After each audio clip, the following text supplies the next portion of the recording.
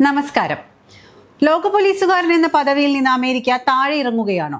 അജയ്യൻ എന്ന് സ്വയം വിശ്വസിച്ചിരുന്ന ഡൊണാൾഡ് ട്രംപിന്റെ പതനം ഒരു യുദ്ധക്കളത്തിൽ കുറിക്കപ്പെടാൻ പോവുകയാണോ? ലോകത്തിലെ ഏറ്റവും വലിയ സൈനിക ശക്തി എന്ന് അവകാശപ്പെടുന്നവർക്ക് മുന്നിൽ പതിറ്റാണ്ടുകളായി മുട്ടുമടക്കാത്ത ഒരു ജനതയുണ്ട്. അതാണ് ഇറാൻ. ഉപരോധങ്ങൾ കൊണ്ട് ശ്വാസം മുട്ടിച്ചിട്ടും ഭീഷണികൾ കൊണ്ട് വളഞ്ഞിട്ടും അവരുടെ നിശ്ചയദാർഢ്യത്തിന് ഒരു തരിമ്പ് പോലും മാറ്റം വന്നിട്ടില്ല. ഇന്ന് യുദ്ധകളത്തിൽ അമേരിക്കൻ കരുത്ത് പതറുമ്പോൾ ആത്മവിശ്വാസത്തോടെ പുഞ്ചിരിക്കുന്നത് ഇറാനാണ്. ലോകം ഇന്ന് അത്ഭുതത്തോടെ നോക്കുന്നു. എന്താണ് ഇറാനെ ഇത്രയും ധീരമാക്കുന്നത്? ഇറാനുമായുള്ള ഏറ്റുമുട്ടലിൽ ഒരു ചുവട് പിന്നോട്ട് വെച്ചതോടെ തകർന്നത് ട്രംപിന്റെ പ്രതിച്ഛായ മാത്രമല്ല, അമേരിക്കൻ സാമ്രാജ്യത്വത്തിന്റെ ആത്മവിശ്വാസം കൂടിയാണ്. പരാജയഭീതി മറയ്ക്കാൻ മിഡിൽ ഈസ്റ്റിലേക്ക് കടൽ കടന്നെത്തുന്ന അമേരിക്കൻ സൈന്യത്തെ കാത്തിരിക്കുന്നത് വൻ ദുരന്തമാണോ? നമുക്കൊന്ന് നോക്കിയാലോ.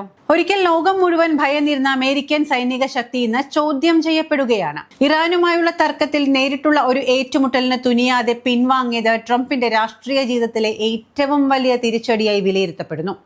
ഇതിനെ മറികടക്കാനാണ് ഇപ്പോൾ മനീറുകളെയും വമ്പൻ യുദ്ധ കപ്പലുകളെയും പേർഷ്യൻ കടലിടുക്കിലേക്ക് ആനയിച്ചുകൊണ്ടിരിക്കുന്നത്. പക്ഷേ ആയുധബലം കൊണ്ട് മാത്രം ഒരു ജനതയുടെ പോരാട്ട വീര്യത്തെ തകർക്കാൻ കഴിയില്ല എന്ന് ചരിത്രം നമ്മെ പഠിപ്പിക്കുന്നു.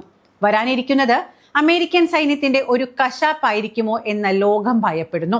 ഏറ്റവും കൗതുകകരമായ വസ്തുത ഈ യുദ്ധത്തിൽ അമേരിക്കൻ ജനത പോലും ട്രംപിനൊപ്പമില്ല എന്നതാണ്. സർവേകൾ പ്രകാരം വെറും 7% ആളുകൾ മാത്രമാണ് ഈ സൈനിക നീക്കത്തെ പിന്തുണയ്ക്കുന്നത്. ജനാധിപത്യത്തിന്റെ വക്താക്കൾ എന്ന് സ്വയം അവകാശപ്പെടുന്ന ഒരു രാജ്യം സ്വന്തം ജനതയുടെ താല്പര്യത്തിന് വിരുദ്ധമായി യുദ്ധത്തിന് ഇറങ്ങിത്തിരിക്കുന്നത് ആരുടെ ലാഭത്തിനു വേണ്ടിയാണ്? സ്വന്തം ഖജനാവ് കാലിയാക്കി ജനങ്ങളെ പട്ടിണിക്കിട്ട് ഒരു നാസിസ്റ്റ് ഭരണാധികാരി നടത്തുന്ന ഈ സാഹസം അമേരിക്കയെ എവിടെ എത്തിക്കും? യുദ്ധങ്ങൾ എപ്പോഴും ലാഭമുണ്ടാക്കുന്നത് ആയുധ കച്ചവടക്കാർക്ക് മാത്രമാണ്. എന്നാൽ ഒരു രാജ്യത്തിന്റെ സമ്പദ് വ്യവസ്ഥയെ അത് തകർത്തെറിയുക തന്നെ ചെയ്യും. വിയറ്റ്നാമിലും അഫ്ഗാനിസ്ഥാനിലും കണ്ട പരാജയത്തിന്റെ ആവർത്തനമാണോ ഇറാനിൽ കാത്തിരിക്കുന്നത്? മിഡിൽ ഈസ്റ്റിലെ ഓരോ നീക്കവും അമേരിക്കൻ സാമ്രാജ്യത്വത്തിന്റെ തകർച്ചയുടെ വേഗത വർദ്ധിപ്പിക്കുകയാണ്. ലോകത്തിന് മേലുള്ള തങ്ങളുടെ ആധിപത്യം നഷ്ടപ്പെടുമെന്ന ഭയമാണ് ട്രംപിനെ ഇത്തരം ഒരു വിനാശകരമായ തീരുമാനത്തിലേക്ക് നയിക്കുന്നത്.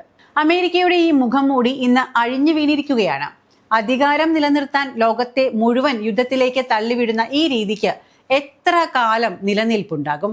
വരും ദിവസങ്ങളിൽ ലോകരാഷ്ട്രീയം ഏറെ നിർണായകമാണ്. അമേരിക്കയുടെ ഉപരോധങ്ങൾ ഒരു രാജ്യത്തെ തകർക്കാൻ വേണ്ടിയുള്ളതായിരുന്നു. പക്ഷേ ഇറാൻ അതിനെ കണ്ടത് സ്വയമുള്ള അവസരമായാണ്. സ്വന്തം സാങ്കേതിക വിദ്യ വികസിപ്പിച്ചും ആഭ്യന്തര ഉൽപാദനം വർദ്ധിപ്പിച്ചും അവർ പൊരുതി നിന്നു.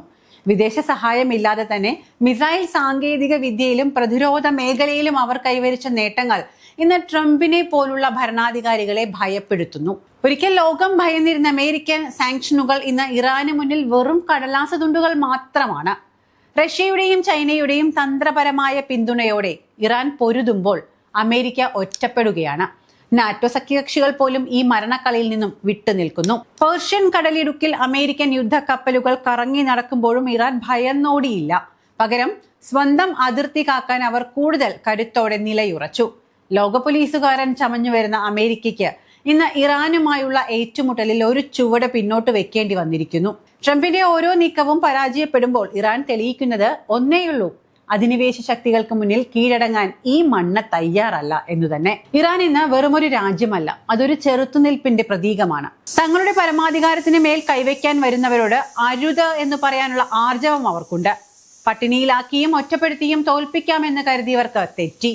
ആധുനിക യുഗത്തിലെ സാമ്രാജ്യത്വ ശക്തികൾക്ക് ഇറാൻ നൽകുന്ന സന്ദേശം വ്യക്തമാണ്: നിങ്ങളുടെ ആയുധത്തെക്കാൾ കരുത്ത് ഞങ്ങളുടെ ആത്മവീര്യത്തിനുണ്ട്.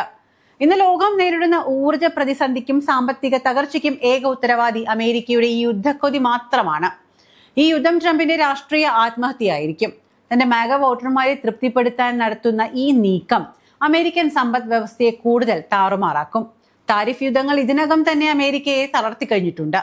ഇനി ഒരു വലിയ യുദ്ധം കൂടി താങ്ങാനുള്ള ശേഷിയൊന്നും ഡോളറിനോ അമേരിക്കയ്ക്കോ ഇപ്പോൾ ഇല്ല. ലോകവിപണിയിൽ അമേരിക്കയുടെ ആധിപത്യം അവസാനിക്കുന്നതിന്റെ തുടക്കമാണിത്. അധികാരഗർവ് കാണിക്കുന്നവർ ചരിത്രത്തിന്റെ ചവിറ്റുകുട്ടയിലേക്ക് തള്ളപ്പെടുമ്പോൾ സ്വന്തം രാജ്യത്തെയും ജനങ്ങളെയും സംരക്ഷിക്കാൻ പോരാടുന്നവർ എന്നും ഓർമ്മിക്കപ്പെടും. അതിന് ഏറ്റവും വലിയ ഉദാഹരണമാണ് നമ്മുടെ ഇറാൻ. ലോകത്തെ നിയന്ത്രിക്കുന്ന വൻ ശക്തിയായ അമേരിക്കയ്ക്ക് മുന്നിൽ ഇത്രയേറെ കാലം നെഞ്ചു വിരിച്ചു നിൽക്കാൻ മറ്റൊരു രാജ്യത്തിന് കഴിയുമോ? ഉപരോധങ്ങൾ കൊണ്ട് ശ്വാസം മുട്ടിക്കുമ്പോഴും സൈനിക ഭീഷണികൾ മുഴക്കുമ്പോഴും പതറാതെ നിൽക്കുന്ന ഇറാന്റെ കരുത്തിന് പിന്നിലെ രഹസ്യമാണ് നമ്മൾ സംസാരിക്കുന്നത്. ലോകത്തിലെ ഏറ്റവും കടുത്ത സാമ്പത്തിക ഉപരോധങ്ങളാണ് ഇറാൻ നേരിട്ടിരുന്നത്. എണ്ണ വിൽപ്പനയിൽ നിയന്ത്രണം, ബാങ്കിംഗ് മേഖലയിലെ വിലക്കുകൾ എന്നിവയൊക്കെ അവയിൽ ചിലതു മാത്രമാണ്. എന്നാൽ ഈ പ്രതിസന്ധികളെ ഇറാൻ നേരിട്ടത് സ്വന്തം കാലിൽ നിന്നുകൊണ്ടാണ്. കാർഷിക രംഗത്തും വ്യവസായ രംഗത്തും സ്വയം പര്യാപ്തത നേടാൻ അവർക്ക് കഴിഞ്ഞു. റെസിസ്റ്റന്റ് ഇക്കോണമി എന്ന നയത്തിലൂടെ ഇറാൻ ലോകത്തിന് ഒരു മാതൃകയായി മാറുകയായിരുന്നു. അമേരിക്കയുടെ അത്യാധുനിക ആയുധങ്ങൾക്കും വിമാനവാഹിനി കപ്പലുകൾക്കും മറുപടിയായി ഇറാൻ വികസിപ്പിച്ചെടുത്തത് ലോകത്തെ വിറപ്പിക്കുന്ന മിസൈൽ ശേഖരമാണ്. ഗൈബർഷഹൻ, ഫതഹ് തുടങ്ങിയ ഹൈപ്പർസോണിക് മിസൈലുകൾ ഇറാന്റെ പ്രതിരോധത്തിന്റെ നട്ടെല്ലാണ്. ഇന്ന് ഡ്രോൺ നിർമ്മാണത്തിൽ ലോകത്തിലെ മുൻനിര രാജ്യങ്ങളിലൊന്നാണ് ഇറാൻ. യുക്രൈൻ യുദ്ധം മുതൽ മിഡിൽ ഈസ്റ്റിലെ സംഘർഷങ്ങൾ വരെ ഇറാന്റെ ഡ്രോൺ കരുത്ത് ലോകം ചർച്ച ചെയ്യുന്നു. മിഡിൽ ഈസ്റ്റിൽ വെറുമൊരു രാജ്യം എന്നതിലുപരി വലിയൊരു ശക്തിയായി ഇറാൻ മാറിക്കഴിഞ്ഞു. ലബനനിലെ ഹിസ്ബുള്ള, യമനിലെ ഹൂതികൾ, സിറിയയിലെ ഇറാഖിലെയും സായുധ സംഘങ്ങൾ എന്നിവരിലൂടെ അമേരിക്കയുടെയും ഇസ്രായേലിന്റെയും നീക്കങ്ങളെ പ്രതിരോധിക്കാൻ ഇന്ന് നിസാരമായി ഇറാന് സാധിക്കുന്നു. ലോകത്തിലെ എണ്ണ വ്യാപാരത്തിന്റെ ജീവനാഡിയായ ഹോർമൂസ് കടലിടുക്കിലെ ഇറാന്റെ ആധിപത്യം അമേരിക്കയ്ക്ക് എന്നും ഒരു പേടി സ്വപ്നമാണ്. ഇറാനിലെ ജനങ്ങൾക്കിടയിലുള്ള ശക്തമായ ദേശീയ ബോധമാണ് ഇറാന്റെ ഏറ്റവും വലിയ ശക്തി. ഖാസിം സുലൈമാനിയെ പോലുള്ള നേതാക്കളുടെ വധം ഇറാന്റെ പോരാട്ടവീര്യം വർദ്ധിപ്പിക്കുകയാണ് ചെയ്തത്. ഇറാൻ ഇന്നും തലയുയർത്തി നിൽക്കുകയാണ് പതറാത്ത ധീരതയോടെ. മാറ്റം വരുന്നത് അമേരിക്കൻ നയങ്ങൾക്കാണ്, ഇറാന്റെ പോരാട്ടവീര്യത്തിനല്ല. സമാധാനത്തിന്റെ പുതിയൊരു ലോകം പിറക്കട്ടെ എന്ന് ആത്മാർത്ഥമായി ആശംസിക്കുന്നു.